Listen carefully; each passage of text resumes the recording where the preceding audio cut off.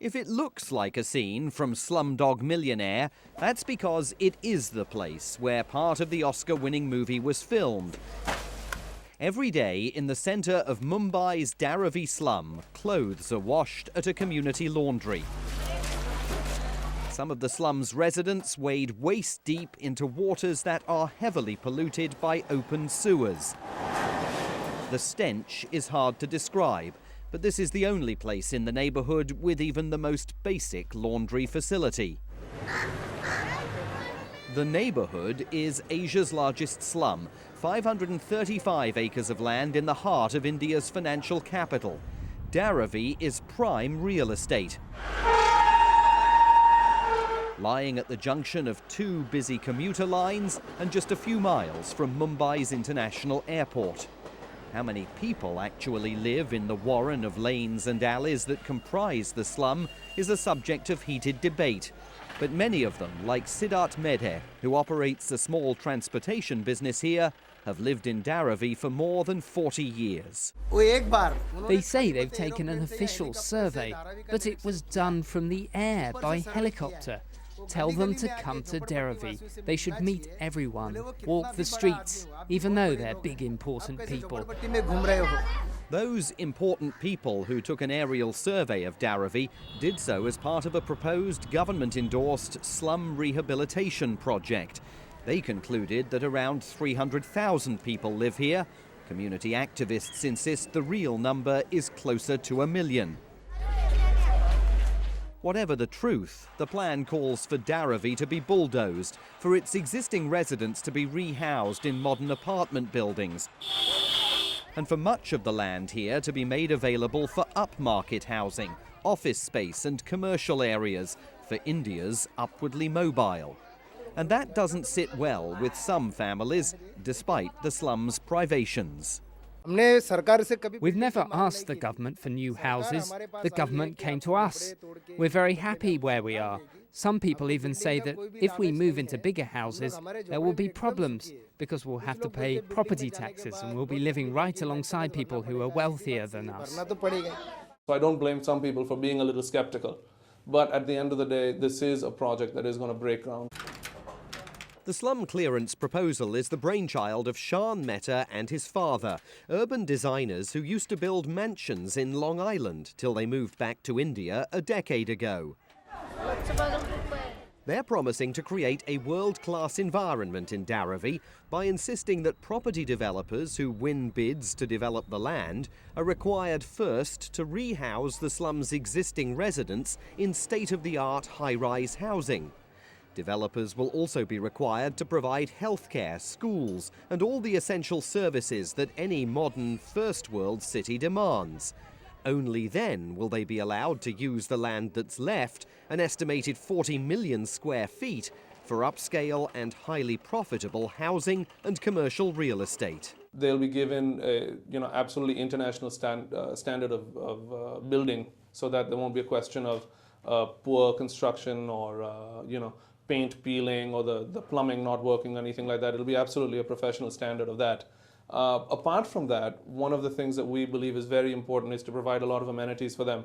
So we'll be providing top-class healthcare, we'll be giving them income-generating capabilities, we'll be doing a lot of education initiatives. Environmentally, we'll be a very eco-friendly suburb. There will be the naysayers, but I'm very confident it'll take off. There certainly are naysayers in Dharavi. John Bai is one of them. He's lived in his home, he calls it the Lily Mansion, since 1976. The stars of Slumdog Millionaire used it as a dressing room, but he's used it to raise 4 children. And now he's part of a community movement, the National Slum Dwellers Federation, campaigning for Dharavi's social and economic pillars to be retained. We are not against the redevelopment. We want redevelopment, and who doesn't want redevelopment? Everybody wants good facilities, good amenities, safe water, toilets, all these things, all facilities, schools and all types of facilities. Everybody wants, but not at the cost of our bread and butter. See, most of the people, they are earning their living in their house itself.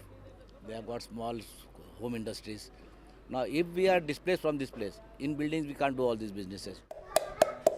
Businesses like pottery, The potters of Dharavi are known throughout Asia for the quality of their work.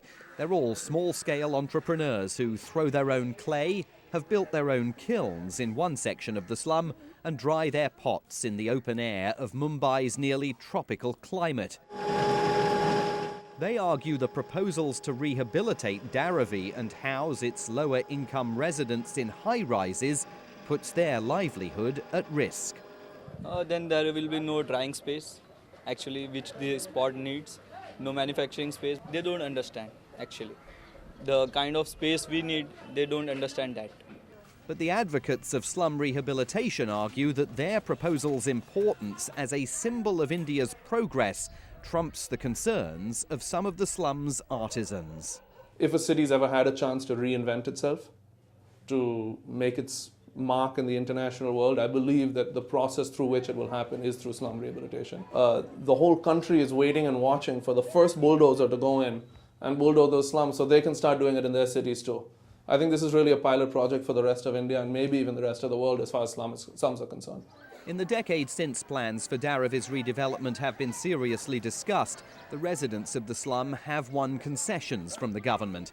Each family is now due to receive an apartment with a carpeted area of 269 square feet. That's more than the developers were originally offering and less than the residents were demanding. But the plan is still highly controversial. You can't rehabilitate people through a movement or a migration from one building to another. You've got to understand culture. Suhail Seth runs a marketing consultancy in New Delhi. He's one of India's most outspoken economic commentators. We have a tragic way of dealing with rehabilitation in this country. We believe that we need to take people out from where they are, put them into multi-storied buildings, consume that land, and hope that we've succeeded. The Dharavi issue is not about relocation. It is about avarice. It is not about genuine benevolence. It's about greed. It's all about the land. It's not about the people. There is an irony in all of this. The very economic boom in India that has led developers to want to get their hands on this land is also creating opportunities for many of the people who live here in Dharavi. And that is making them even more determined to stay here, close to Mumbai's big money, rather than move to a distant, less opportune location. As India grows, the small-scale entrepreneurialism evident in the heart of the slum is being matched by much larger-scale free market activities in the city nearby. And that leaves community activists to insist that the people of Dharavi will roll out the welcome mat if high rollers move into their neighborhood, provided the high rollers act the same way in return. They want friendly atmosphere, provided the multimillionaires, they accept us. John Bai told us that he thinks it will be at least another decade before the rooftop of his Lily mansion disappears from Mumbai's skyline. The global economic downturn, he says, has made the project much less likely. But property developers say they plan to break ground in Dharavi within the next few months.